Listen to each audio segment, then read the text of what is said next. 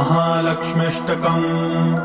इन्द्र उवाच नमस्तेऽस्तु महामाये श्रीपीठे सुरपूजिते शङ्खचक्र गदाहस्ते महालक्ष्मी नमोऽस्तुते।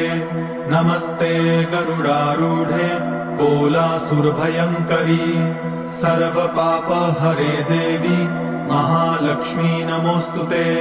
सर्वज्ञे सर्ववरदे सर्वदुष्टभयङ्करी सर्वदुःखहरे देवी महालक्ष्मी नमोऽस्तुते।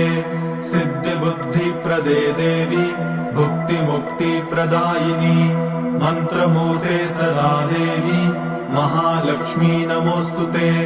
आद्यन्तरहिते देवी आद्यशक्ति महेश्वरी योगजे योगसम्भूते महालक्ष्मी नमोऽस्तुते।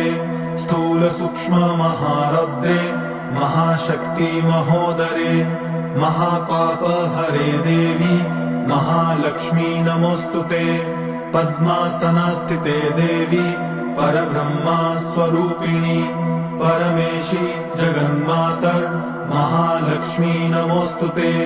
श्वेताम्बरधरे देवी नानालङ्कारभूषिते जगत्स्थिते जगन्मातर महालक्ष्मी नमोऽस्तुते।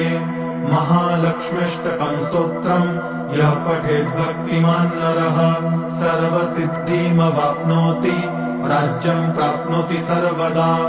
एककाले पठे नित्यं महापापविनाशनम् द्विकालं यः पठे नित्यं धनधान्यसमन्वितः त्रिकालं यः पठे नित्यं महाशत्रुविनाशनम्। महालक्ष्मीर्भवे नित्यं प्रसन्ना वरदा शुभा। इति इन्द्रकृतं महालक्ष्म्यष्टकं सम्पूर्णम्।